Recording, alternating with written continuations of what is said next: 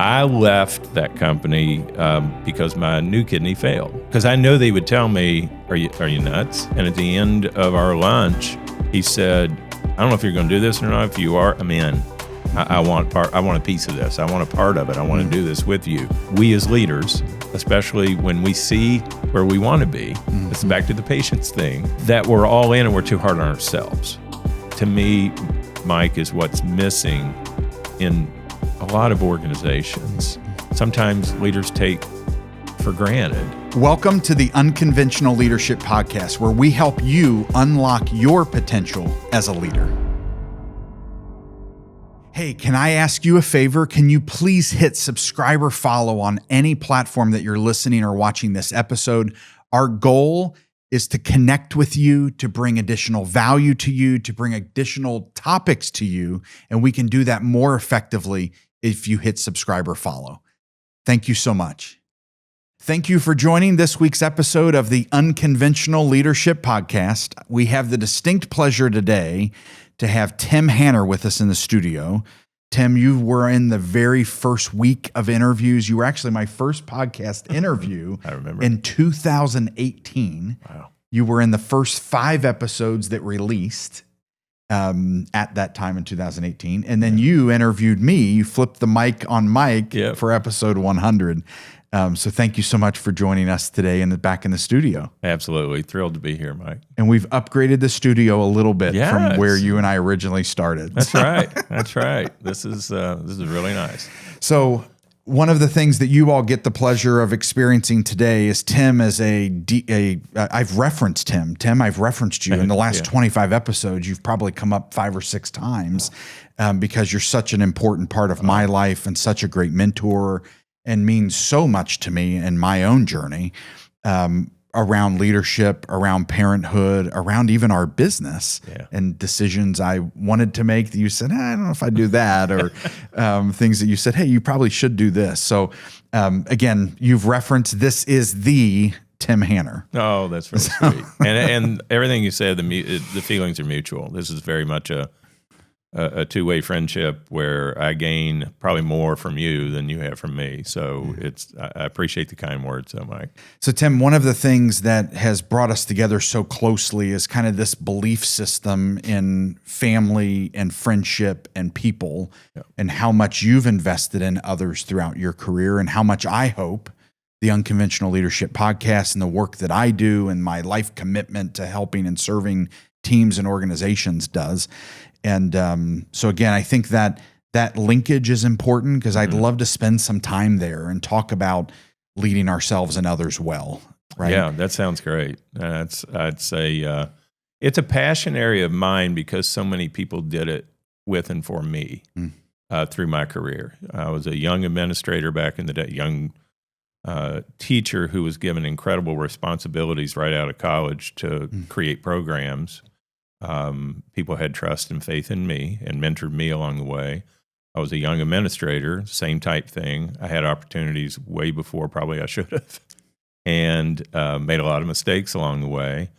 And I'm at a point in my life where I want to do that, not just in business or education or nonprofits or even community, but I've had a journey with health struggles that you know very well. And so many people help me through that, who have been down that road. I spend a lot of my time doing that now with other people who are facing chronic illnesses, or in my case, kidney transplants, or the fear of the unknown. So by reaching out and making people aware that you're willing to listen first, and then offer advice based on your own experiences, to me, that's a blessing in life, to get to this point where you feel like you can listen and help others, because again, that's what somebody did for me along the way. As you think through, you look back and have had incredible successes, and you've helped startups launch, and you've helped innovate, and you've also helped run some of the larger school districts in the state of Kentucky. Are there things you wish you knew then that you knew now, and what are those, and what would you change if you had an opportunity to mentor others to do so? For me, the biggest word, and I've a lot of reflection on this over the last 10 years. For me personally, it would have been patience. That I, whether it was an idea I had or something I saw, wanted to push it maybe too fast, whether that's within the school district or whether that was even in the startup of NavGo, that if I would have taken a step back, because if you're on a mission in driving, and I'm a firm believer in empowering others around you and finding good people and letting them work with guidance and support, but it was really about the patience, not only for my team and the mission, but for myself. I think at times was driving when I should have been riding, if that makes sense, and watching and learning. That would be, and that goes back to an early age. I, right out of college, had the opportunity to develop a gifted and talented program in the Russell Independent Schools at 22 years old. And even then, the patience of working to get that started and launched and moving all the way to educating KY. I think of the differences in that. When we launched that last year, I believe I did have the patience. And you couldn't do that type of startup. So I think I learned over the years to listen more and take a step back, reflect, and then show gratitude along the way. So I think that's probably the biggest thing. This is for my own personal journey that I think would have helped me more then based on what I know now. So you've had the opportunity to help support and physically launch vision to reality in the startup space. Correct. I've had the opportunity to benefit from some of those insights as I've been down that own journey. But I think it's important to share that you've been a leader, you've been an executive, you've been a startup entrepreneur, you've been interim executive to help set vision, and you've been CEO, and you've served in a lot of capacities that some of the individuals that you're watching today, we aspire to, right? And we want to learn from those who have gone before us. As you went walk us through the journey of diagnosis to going through medical need and support to then deciding I'm going to go launch a startup when I get through all of that. Yeah, that's an interesting, it's a great question, Mike. And it's one, again, through the pandemic, I was literally on dialysis. So I journaled a lot. And through my journaling, it was a lot of reflection time, especially over the last 15 years from the time I became, or 20 years at that point, became a superintendent to and this is really my second kidney transplant. I had my first one in 2013, and why I retired as superintendent of Kenton County Schools. The interesting part to that, I think the thing that I took from leadership in education was not only to work with and value the people who are working with students, our teachers, our staff, our support staff, but it was really the students themselves. High school students, if you sit down, not only listen to them and give them voice, but then empower them, they're your customers. They're going to tell you what's needed. They're going to tell, and then you empower them to come up with action plans in order to achieve something. As I was retiring from Kenton County, long before I wanted to, but had to, the idea for my startup came from the students about what was missing, what was needed. It would have been our next huge launch in Kenton County had I stayed. Really, the idea for NavGo was launched from listening to high school students. And what that was, and the whole premise behind it, was empowering students while they're in middle school and high school to figure out who they are. I heard so many students saying, academically, I may have been prepared. Financially, we got it figured out. But emotionally, and that I didn't know what I didn't know. Too many students were just doing high school, graduating, going on to some kind of post-secondary training without a purpose. And our data nationwide backs that up. How many students graduate in 4 years from colleges in our country is abysmal. We tried to attack that. And with NavGo, I did what I think you do.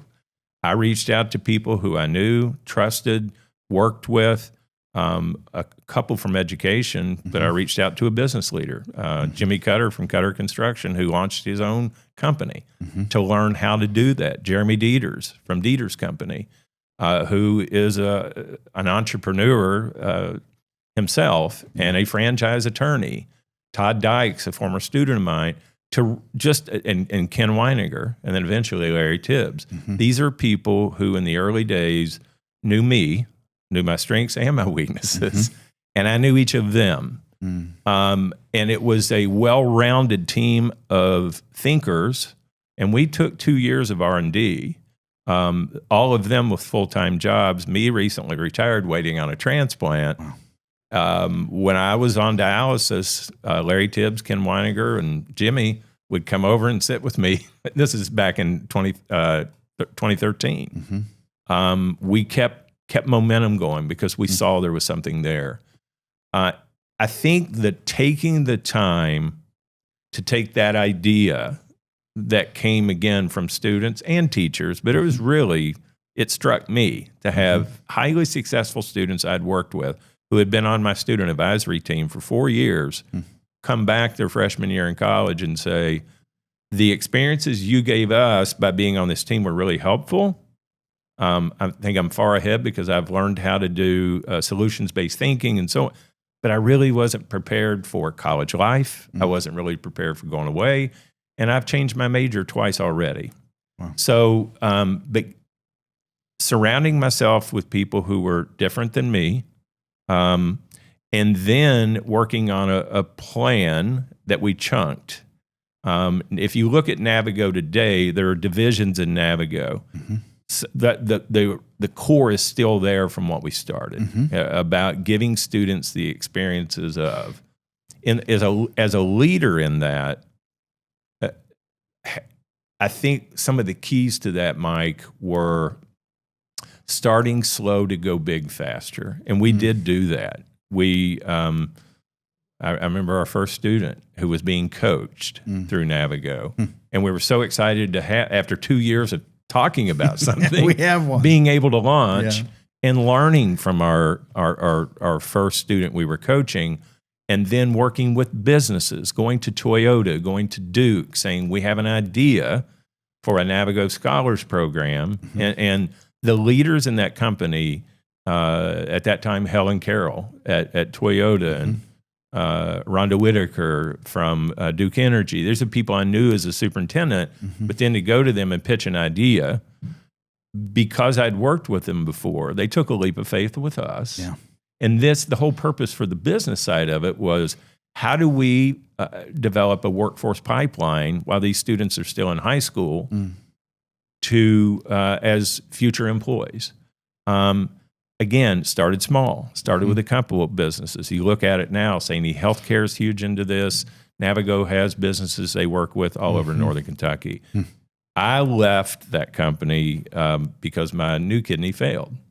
But it was to a point, it was really, really important to me to make sure it was launched enough, big enough, with a clear direction moving forward, that not only it could be handed off, but find the right leader to take it to the next level. That's exactly what's happened. Wow. And then as a founder of it, getting out of the way. If they need me, they call. I'm not on their board, but I'm a thought partner many times for Kathy Burkhart, who's now the current executive director through Learning Grove. I think in leadership, it is about listening with an empathetic ear when you're launching this type of business. And I went through this the last year in launching a new business with incredible leaders in Educating KY. Very different approach because there was already R&D that was done about what this would be.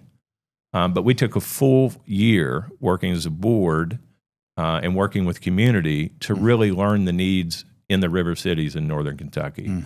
And the purpose of Educating KY in phase one is to help lift up communities and do community action, community collective action along the river cities in northern Kentucky. I live there now, so it was important to me to be involved in that. Because this isn't about fixing schools. This is about helping communities and helping citizens in those communities so that schools can do better. Two different types of launches, but I think the commonality in both of those, I was surrounded by incredible people who helped me, and I hope I helped them. Are you looking for a place that you can create the content that helps market your brand? Or are you somebody who just needs a space that they can record a podcast, record talking head social content? You want to create a webinar, a course, or other content like that? Take a look at the Cincinnati Podcast Studio. We're a space built just for creators like you. Our studio here in downtown Cincinnati, located right next to all the hot restaurants in OTR, is set and ready for you. We can have up to 4 people in our studio. You can record long form, short form content. It looks awesome. The lights change colors. I mean, even there, hi, in the background. What's up there, guys? We have all the technical amenities to try and help you succeed at creating high quality content. We work on everything from subscriptions to create your own show. We do day rentals so you can create massive volumes of content and we'll just hand you all the footage. And we can even do things like limited time series where you can come in, record a bunch of episodes at one go, and then have that ready for a show to market your brand or your business. So whether you're an entrepreneur, a brand, or an author who's looking to market themselves with high quality video content, check out our website at cincinnatipodcaststudio.com and schedule a tour today.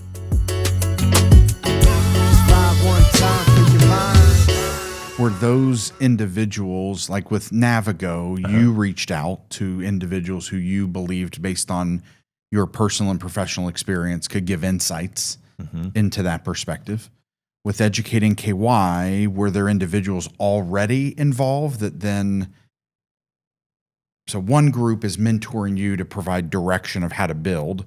The other group had a vision that you had to come alongside of that vision and then help construct to achieve their vision versus you creating your own. It's perfect. It's a perfect comparison. In the first one, I had individual meetings with the people who, because I know they would tell me, are you nuts? Right. Yeah. But in each case, the first person I met with was Jim Cutter. And at the end of our lunch, he said, I don't know if you're going to do this or not. If you are, I'm in.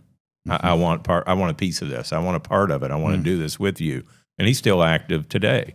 Jeremy Dieter's the same way. Jeremy, when he was our board attorney, said, whatever you do next, I'd love to work with you. That was about building a coalition, and every person I met with said, I want to be a part of this. With Educating KY, it was different because they were already, as a board and meeting. Educating KY was a spinoff of One in KY with Greg Fisher and Karen Finan and Jim Vitruba.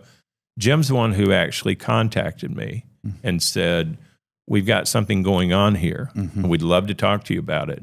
Not necessarily to come in and run it. We'd like to talk to you, pick your brain. And we're going to be hiring a CEO and president for this. If you're interested, you may want to talk with us. I went on a journey with them for about 6 months in learning, listening, because when they first approached me, it was pretty broad. And by the time they kept continuing to meet, they had narrowed it. And when I was told the real focus for this phase 1, that will go on for years, was a focus on the river cities, is when I raised my hand and said, it's needed. I know the leaders there. And good people, both public and private schools, but also in the communities. We live in Covington. Our son and his family live in Ludlow. We're vested in the river cities. So when the beautiful part about the board of Educating KY was they had a broad vision. And as it narrowed, it was putting a pin in that until they had someone like me who could go on a learning journey with them for a year. And we also hired an outside consultant with experiences from all over the country to come in and ask questions maybe that we wouldn't ask. And then most importantly, and this is where I give Educating KY, the board, a lot of credit, it was to before you just launch into a strategic plan, it was a full year of research, analyzing data. I learned a lot. Yeah. They learned a lot about the real root causes of outcomes that we're getting. And I don't mean just in the schools, but I mean in these communities. Sure. And Mike, you know it. So many things are moving to the river cities. Yeah. And so how do we lift up a community? That, I think, was the biggest learning from educating KY along with that board. Yeah. And you're right. It was two different. I think in both cases, my job was to steer the ship and make sure everyone along the way stayed informed, so that when we did come together and meet, back with NavGo, we were meeting weekly. In Jeremy Dieter's office, educating KY, different board members, Jack Kinkle or Jim Vitruba or Greg Fisher, reaching out and saying, hey, have you seen this? And sending articles. We were learning together. Or let's go talk to this school, or let's go take a tour of Ludlow, or let's go. That was last year, the learning. There is a strategic plan now. I had a bit of a health dip last year, which caused me, I told them I would help create the company and see them through to the strategic plan. I would have liked to stayed longer, but I'm still engaged and still involved. Yeah. And Shai Calvo, the new president and CEO, is a phenomenal leader, a wonderful thinker. Yes, so I'm excited about the future of what that's going to bring for the communities in the river cities. Yeah, that's awesome. Share with me a little bit about, unpack the dynamic of communications and creating clarity and creating alignment that you referenced earlier.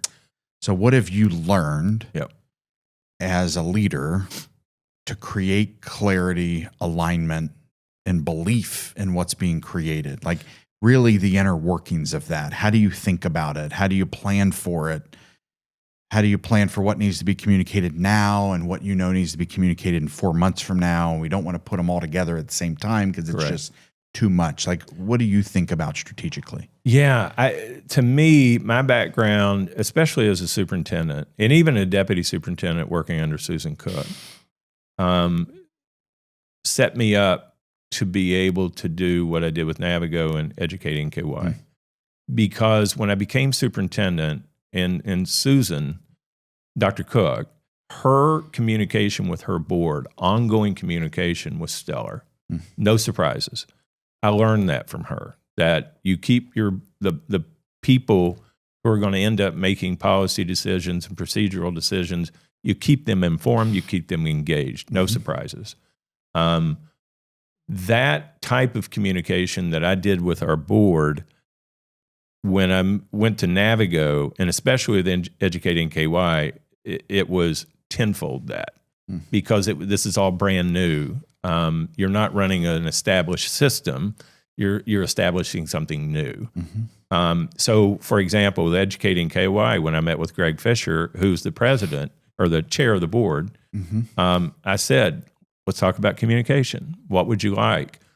Again, no surprises, but he didn't say that. What he said was, you can't give us too much information, but you could give it too often. You're already sending us a lot of emails. What if you just compiled it and do a once-a-week communication with us? So it's a Friday report. And it helped me. And these are all chronicled now. All the Friday reports I did last year, Shai has continued that. They just hired a phenomenal VP, Jenny Watson. And one of the things Shai told her, she talked to me last week, said, go back, read the Friday reports that Tim wrote last year that I've continued. It chronicles where we've been on this learning journey. Because in the Friday reports, Mike, it wasn't just about education. It was about things going on in the community. It was about opportunities. It was sometimes profiling key leaders that we need to make sure that we were connecting with.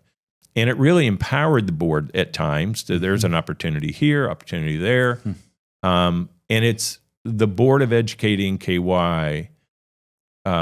It was two-way communication. Dr. Petruba, God rest his soul, dear friend, contacted me every week last year, either through a text, a phone call. Hey, Tim, we thought about X, and that's the time. This is not a passive board. Yeah.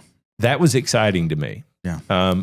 Even much more so than a school board. These were folks who, and I had a phenomenal school board in Kenton County. The board with NavGo were founders. So this was roll up our sleeves, divide and conquer. Right. Educating KY is very similar. That this is an actively engaged board that, especially once the strategic plan of Educating KY takes off, and it already has in some ways, you will see, for example, this past year, a Strong Start program where the board split up, and they're doing it again this year, and I'm sure I'll be with them. When school starts, into the schools, helping everything from opening a carton of milk or being out front to wave to people, whatever the schools need in the river cities as you start school, because it's so hectic and chaotic, all the way to thinking big about what next is needed for education opportunities, not just P-12, but prenatal all the way through workforce attainment and beyond for adults down in the river cities. So it's inspiring, the work that shows up today that we're reading about, that we're seeing, that you're experiencing. It's also so helpful to understand the difference in the board, that you've been a part of two boards that are fully leaning in and are fully committed to whatever this future desired outcome is, that we're going to be a part of it. Yes. And we're not just passive. We're not showing up because we said yes to an invitation. That's right. We see the impact this can have. And that's what you described to us. Not everyone listening who's on a board or been involved with a board has experienced what you just described. Yeah, and I'm on the board for the College of Informatics with Kevin Kirby at NKU. We don't meet as often, but it's similar in that we receive opportunities as thought partners, sometimes individually because of my background with NavGo in the schools, or it can be we have someone from media. So sometimes they're reaching out to that board member. I think successful boards, when they're empowered to do so, can make not a huge difference. And as a board member, I would never, and I have been on a couple boards where it was more passive. And so I think as a leader, to engage boards in meaningful, real ways is critical. Yeah. And it's also about having the right board members. And I give Karen Finan and Greg and Jim and the people who brought that board together, because they're very different. Chuck Session from United Way, Katrina Bowman. These are different personalities with different backgrounds and sometimes different opinions. Yeah, which is what makes for a great board. Yeah. So again, I've been blessed, Mike, to be around people with passion, but also willing to take that passion and put it to action. Yeah. One of the things that we experience, so when we put some origin story as Centennial, kind of the founding organization that founded Talent Magnet Institute, that came out of some research that at the time the board asked Centennial to do around our customers. This year we're celebrating our 50th year at Centennial, third generation owner, second generation family in the business. And that research, that market research that you referenced earlier, we did, which led our clients to give us feedback. And the board read the feedback, and the advisor providing the feedback said, you've got a whole other opportunity that all of your clients want you to go after. Yep. So great search firm doing what we do, hiring great leaders I was just talking this week to 3 different international holding companies that we work with, that we do their work in North America. We have the privilege of coming alongside of organizations, finding the next generation CEO, president, CFO, head of marketing, head of HR, head of operations, and cascading that down into the organization, always thinking about future state. Like our customers come to us because they're thinking about future state and what it's going to take to move our organization forward, which then transcended into that voice of the customer feedback that our board was like, knock, knock, knock. You guys have an opportunity to do even more for the existing customers, and your clients want you to. Yep. So when we decided to say, we know that, but we're going to say yes to doing it, we had 9 clients say, if you do that, I'm in. Yep. Right. So there's a connection to what you referenced earlier that, I believe you mentioned that Mr. Dieter said, if you do this, I'm in. Yep. Right. You tell me where to sign up.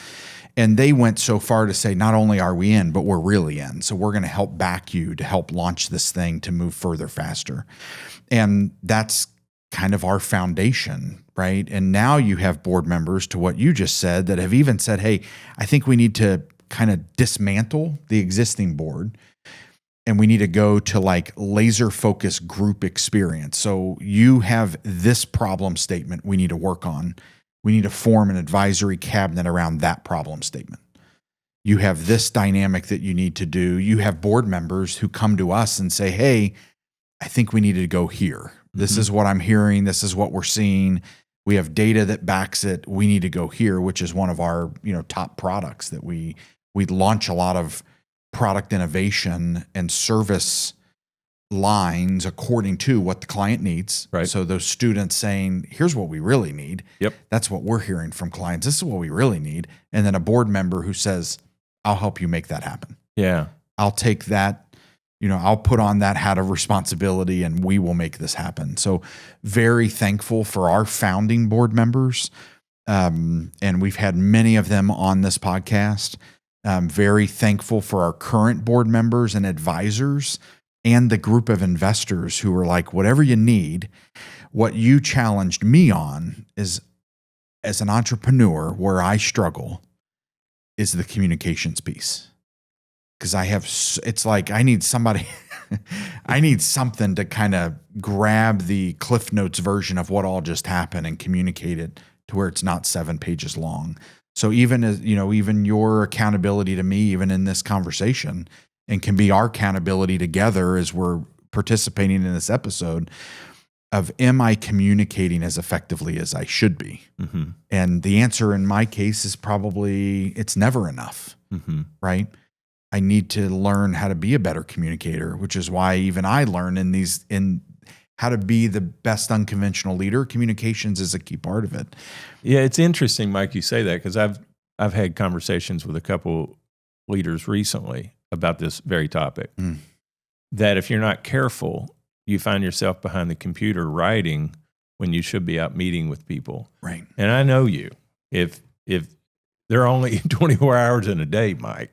Right. And the other thing I think we hold each other accountable for is mental and physical health. So that, going back to the whole communication piece, it was, one of them said, what's really helped me a lot? I can brain dump now with AI, and all I'm doing is editing.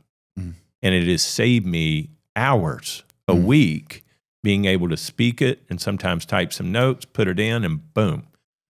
I've played with that and been doing it. So I think that can be a huge time saver for leaders now. Yeah. It's a tool I didn't have even 2 years ago that now, and I think in talking to Shai, some of the things, Shai Calvo with Educating KY, running things through ChatGPT or other AI platforms, it's not only a meaningful, helpful tool for communication and can streamline and save time, but it also gets you to think about things that maybe were unsaid that it brings out.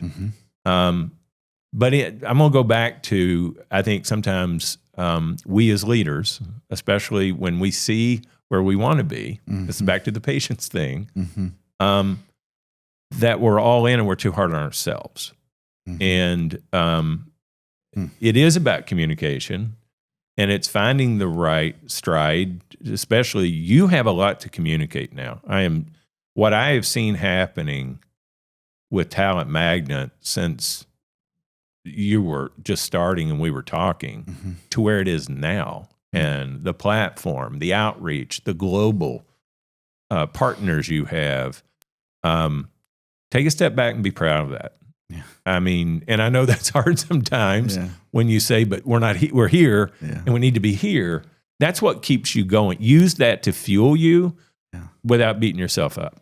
Yeah, it is as you're sharing this. Thank you, because we are our own worst enemy. Yes. Like in theory, all of us are our own worst enemy. We put so much on ourselves. I always wish there could be more I'm doing, but there's limitations. I'm retired and I still do that. but as you're thinking about this, and I mentioned earlier this whole board voice of customer feedback experience that literally created our family business to be what I call intrapreneurs, where a organization takes an idea and creates its own startup and innovation out of the idea. That we went internal to design based on customer need, which is what we're doing. You and I, part of our conversation, May 2018, came from that board. One of our board members, Dr. Janet Reed, said, you know what would be a really cool experiment? Start interviewing leaders that you admire, who historically you would go have breakfast with. And you would have a conversation that would be inspiring if others could hear it. Who would you start with? So I reached out to Dr. Tim Hanner would be my first episode and first interview, and then Karen Bankston, Jim Samaki, Jennifer McClure, Daniel Wechter, Chris Painter, Jonathan Theaters, people who inspired me that I would just love for people to sit in a conversation like this and hear what goes on, right? You think about it, you go out to breakfast or lunch and you're like, all these people are having conversations. There's got to be inspiration in there. Yep. And Dr. Janet Reed said, let's test this. Let's see how quickly people either reject and say, I'm not interested, or they absorb and say, give me more of that, which is what they've done as we approach episode 228, right? Can you even imagine this? But that dialogue, and as you just said it, like the things start somewhere. This relationship started probably in 2012, 2013, that then led us into that conversation in March 2018 that released May of 2018. And then here we are today, 2025. 2026 will be year 8 of this like vision coming to life, and we're living it. We're experiencing it. Yes. Just yesterday, I was debriefing with one of my team members, and we had 6 conversations with organizations from Los Angeles to Scotland to France to Paris. It's to Germany and then right here on our own backyard, all because of this inspiration we took to say yes to what our clients were encouraging us to do. Yeah. And your greatest innovations come from those you're currently serving. Your greatest customers are your existing customers. Correct. Right? Who can say, hey, here's what I'd also like some support with. And that should encourage those that are joining us in this conversation. Like, if you're thinking, how do I be innovative? What does this look like? Talk to your team, talk to your customers. They'll tell you what they need. That's right. And listen. Yeah. And Mike, you mentioned 2018, and a lot of things then that you and I were talking about were hypothetical and theoretical. Yeah. Fast forward to 2022, because when I moved to Covington and we started having breakfast there, and you did a lot of this through the pandemic, that taking those ideas, I was so excited and really blown away that in 4 years, the ideas that you talked about and I listened to and made me usually just ask questions. I didn't give a lot of advice then. In 2022, when we started having breakfast and talking again, it was this is not only something, this is something. And it's something that organizations need. I can't even say businesses or nonprofits or schools. It's anybody that has an organization. Yeah. Because it really is taking on leadership of the whole person within the organization, where you fit, how you can move. And it's engaging with your customers and your clients. The closest thing that I've seen to it is truly, and this is again from my educational background and past, was when we would do, back as a teacher years ago, have professional development, it was hit and miss. Or people would go to a conference and come back and say, that was great, and go on and do what you're doing. It wasn't deeply embedded throughout. Fast forward years later in education, that became part of growth and learning for the individual. We developed in Kenton County a professional growth plan with our teachers union that became a meaningful evaluation. Right. That it was ongoing. You were constantly reflecting on your own actions, your own, and people were at different levels. We developed a rubric with our teachers that became the evaluation that totally changed our professional development. Yeah. It became more meaningful to the individual. Yeah. It's the closest thing that I've seen to what you're doing. When I met with a couple of your clients a couple of years ago that were already using the work, or a few years ago, that's what I heard in return. And caught up with Josh Weiss recently, who's a believer in this work, in Sharmalee's team, Sharmalee Reddy. It's changed who they are as leaders, not only in the individual self, but within that team, within that organization. Yeah. That must be intentional. Yeah. And too many times I feel like organizations have one or two people who come up with the ideas, and you've seen it, you know this more than I do, and I've experienced it in a different realm. I think when we truly embed learning and growth and give those opportunities with guidance, right, with thought-provoking prompts that will hit me as an individual and then make me think how I wish, back to your very first question, I wish I'd have had more of that in my younger life. And had those kind of opportunities, because I think at times when people are ambitious, or you don't take the time to listen enough and see how what you're saying or doing is impacting those around you, because it does. And I think that's part of the beauty of what you're providing to organizations right now. And more importantly, you meet them where they are.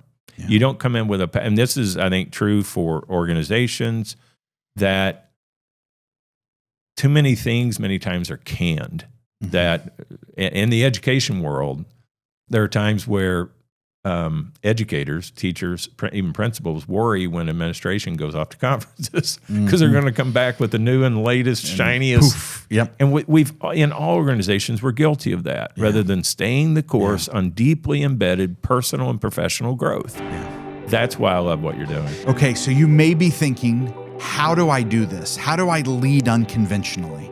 How do I lead my team in a way that's unconventional? How do I build a strategy that's unconventional to elevate my organization and those around me? I want to encourage you to reach out through the link in the description and post that question. I want to learn how to lead more unconventionally. I want to help my team think unconventionally, and let's start the conversation. So thank you for joining us, and let's get back to the episode. Yeah, the piece of having an intentional talent people strategy. Yep. Right? We call it the talent strategy roadmap. Like, at the end of the day, when you meet an organization or a team of leaders or an individual who's frustrated about what's going on organizationally, you typically find out they may have a business strategy. They may have direction. They know what they need to do. What they haven't done is align and create what we would call the talent strategy roadmap. Yes. Where you're building intentional behaviors long-term with a plan, and you're being thoughtful. I'm about to sit down with one of the clients you just referenced about next year, right? This will be year 5. Yeah. And the conversation already isn't, here's what we want. It's, here's what we think. Now, you all help us build the strategy for next year. Yep. What is our people development strategy? And so often we hear, and I heard this and I shared this just a few episodes ago with Sharmalee directly. People on your team have told me and our organization, because Sharmalee and Nicole are so focused on our development, we are making strides like never before. Yep. And most people who take the intentional effort to embed and create a talent strategy roadmap that's lived out, their employees have never experienced that before. Yep. And when you experience it, it's not a flash in the pan. It's not a look what book I just read. It's not look what conference I just attended. It's a long-term growth map. The other thing that Sharmalee in particular does very, very well is the word patience. Yes. Oh. Because she allows space and time. So many people come to a talent development organization and say, we need this done. We need you to teach this and then have this. Like, no, it's a process. I can't just speak at one thing and change everyone's behavior. That's right. No one has that magic. No one wants to live it out. You and I have experienced that real time that like, that never works. It's again, in 3 months, it'll be over. Yep. Versus here it is. Here's where we're going to go. We're all going to have patience with one another to get there. We're going to give time and experience. We're going to get the process, learn, ask questions, dialogue, which you don't get to do at conferences. You do get to do when you're in an intentional process of development. So the whole unconventional leadership program that all of our facilitations have been kind of organized around, our coaching, our roadmap, all of that work is wrapped around those companies who say, I know there's a better way and I want to invest in it. Yeah. Right. I think it's perfectly said, Mike, that, and what that leads to is not only better retention of your employees, but a positive culture and workplace, all of those outcomes. But it also leads to that upward mobility that some people who thought they needed to do A, B, and C, once they, again, over time are learning about themselves as leaders and how they, sometimes, again, teaches them that patience to slow down, that maybe I'm not ready. And I was always a firm believer in this, especially like for principals, or if someone who was working for us let me know they were applying somewhere else because they felt like they were ready for, and they would come in and ask me, what do you think? I never, first of all, I would turn it back to them. What do you think? What do you know about X? Having that relationship with leaders where they feel comfortable to come in and be vulnerable and know you're not going to hold that, it's not going to be seen as a weakness, where you can give honest, Larry Tibbs and I, Larry was a principal at Dixie Heights High School, longtime assistant principal, one of the most talented educators I ever worked with in my life. He in an early, I think he was a guidance counselor at the time, we did some work together when I was an assistant superintendent and then deputy superintendent. We had lunch every summer to talk about his future and to talk about where he saw himself going. All the way up until when he left Dixie, we had that same conversation, and it was about, I think you're ready to come on to this. So we joined NavGo. As a leader, listening to, making sure that the employees know that it's safe to have conversations with the person above them. Now, the person above them has to be trained on how to receive that. Right. And not be overly critical or squelch, that. Not quick to respond. That. Yeah. Listening, again, back to the listening, with empathy, not sympathy, unless it's, a different situation. But because many times you've been where they are right now. And if you're also vulnerable as a leader to say, here's what I did, and you don't want to do that. Or here's what I did, you can do it, but here's what might happen. I think it's a two-way communication on both the leader, the employee, being vulnerable. Yeah. But the environment in the organization has to welcome and embrace that. Yeah. Well, what you just described, I'm sitting here going, that's an unconventional leader, right? Yeah. Those listening may go, well, the last time someone came to me and resigned, I blew up, or I got angry, or I didn't want to deal with them ever again. And that's not an unconventional leader. The unconventional leader is, in that description of what you just described, is, well, tell me more. What is it about that? I've experienced that even recently. One of my most long associates, who's been with me for the last 18 years, just came to me and said, I think I want to make a change. And my immediate response was, is this really happening? Yeah. But I could feel it in her heart that this is part of the right thing for her, right? So you have to accept that. Yes. And I've experienced that. The other thing that I've learned, I've had individuals, team members come to me and say, based on what we've been covering in our strategic planning efforts and where we're going and where the world is changing and technology is changing, I don't know if I'm the right person. I've had that more than once in my career. Right. Fortunately, what I've learned from others is it's okay. Like, at the end of the day, I love you as a person. Yep.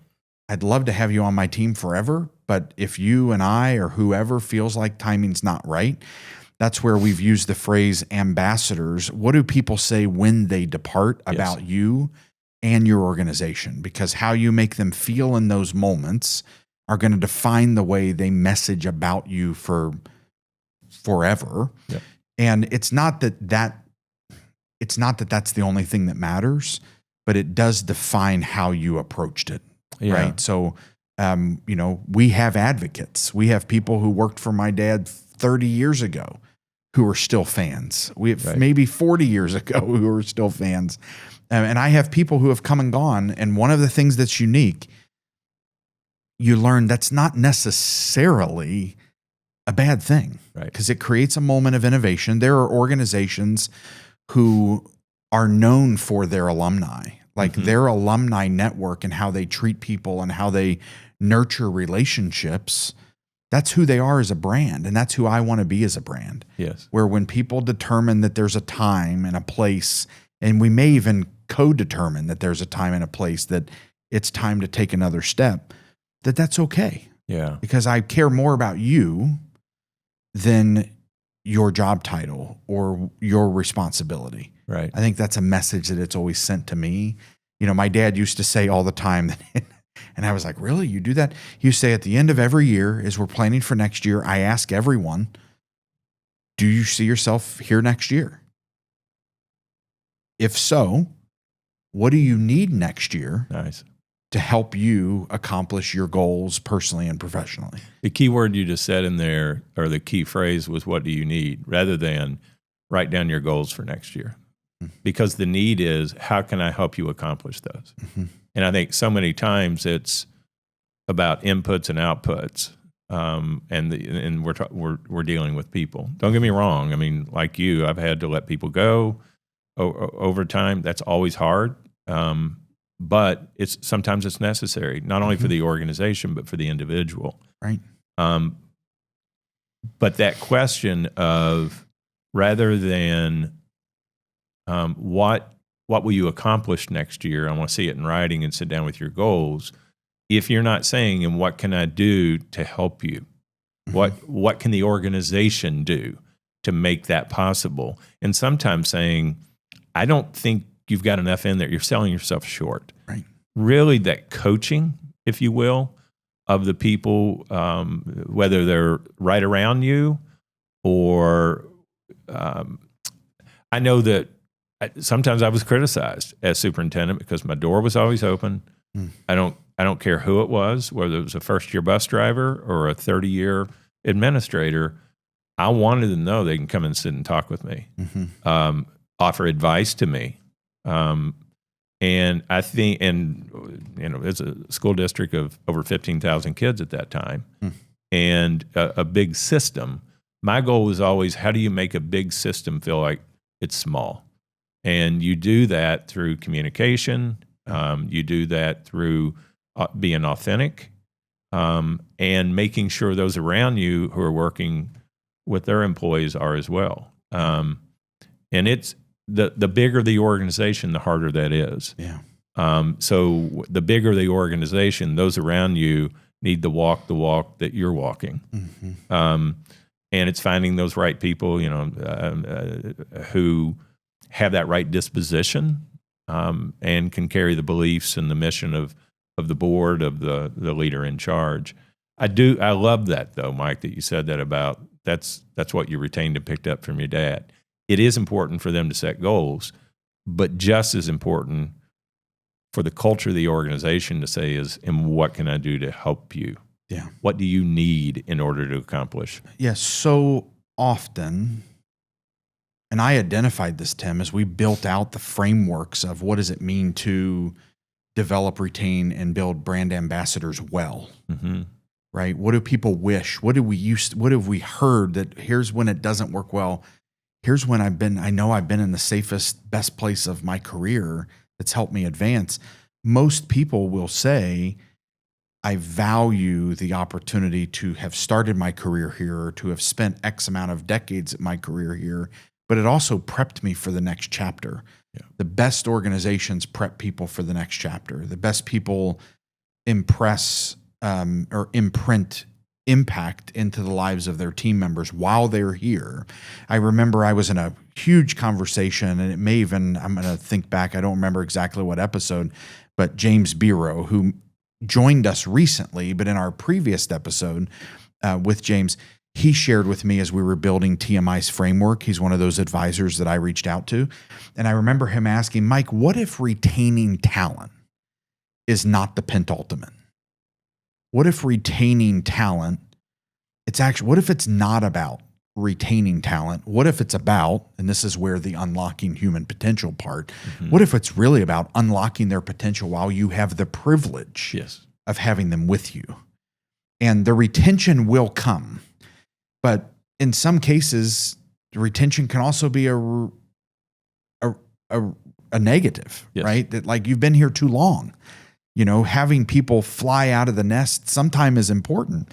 And we had this great conversation about retention because there's, I want to retain and I want to develop my people. And yes, all of that is accurate, but how you do it changes everything. Yes. Right. And if I'm helping really unlock potential and I'm helping people find their own confidence and I'm helping people find their own voice, at some point they're going to say, you know what?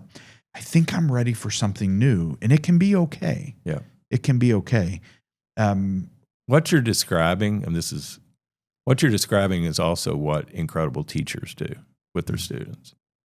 And I think, again, coming from education, and then I did our HR for Kenton County for 7 years under Dr. Cook.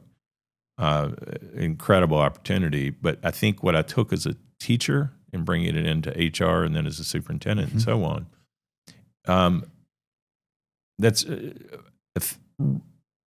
impactful teachers are incredible leaders because they unlock the potential in those around them.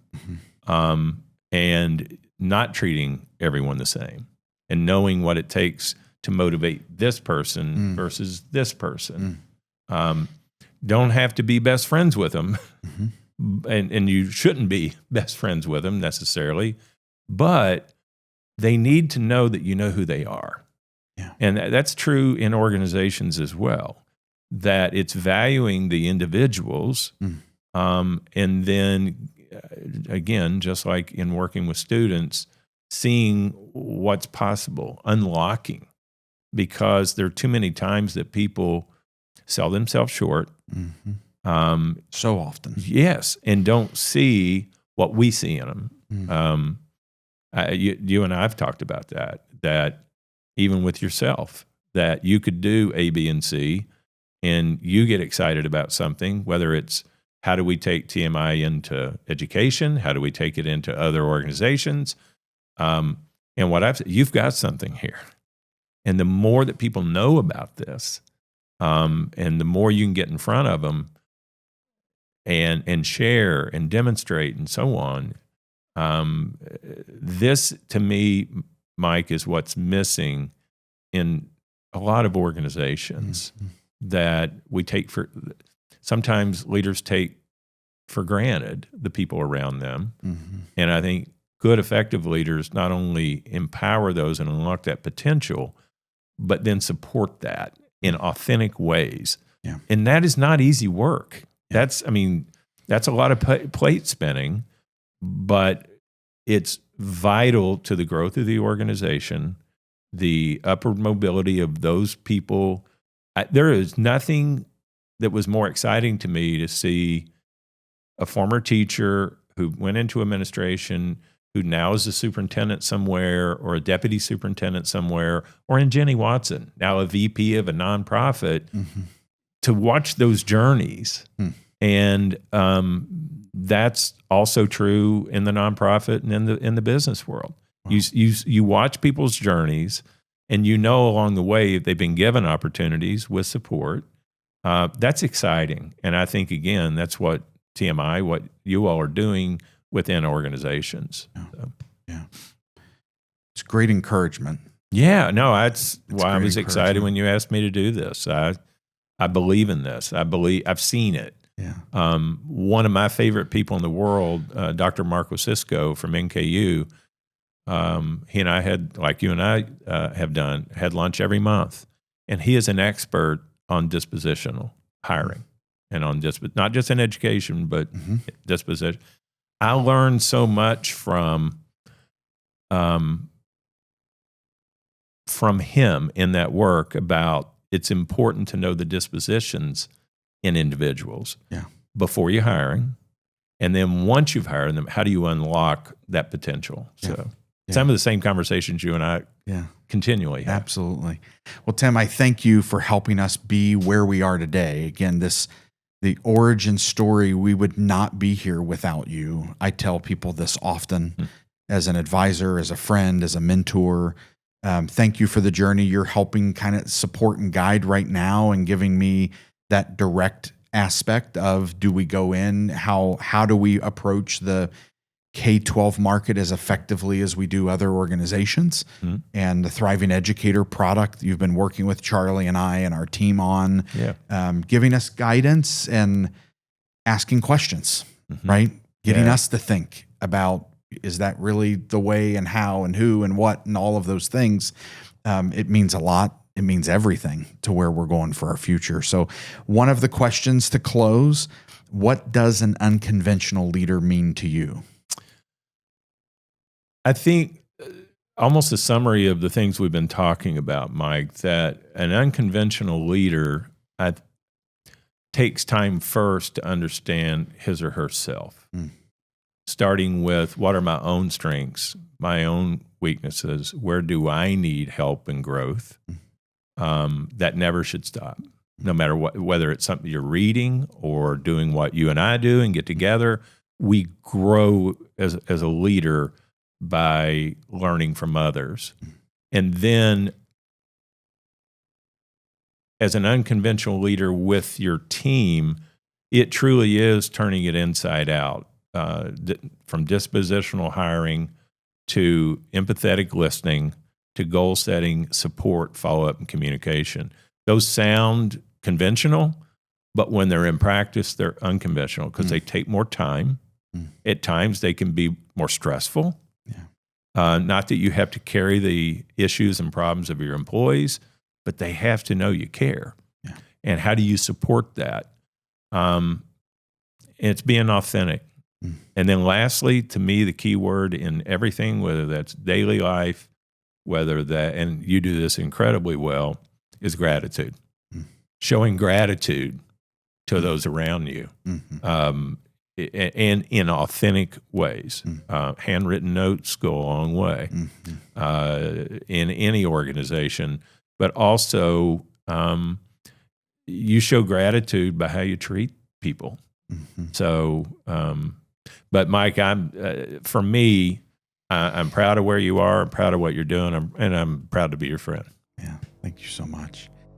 Thank you, everyone, for joining this week's episode of the Unconventional Leadership Podcast. I want to thank Tim Hanner for being a part of this episode and this journey that we've been on and that we're going on and that we're still on and we're excited about for our future.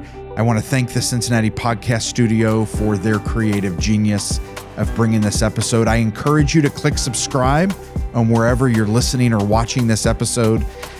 Let's look forward to next week. You'll be the first to be notified when next week's episode drops, and we look forward to our next conversation.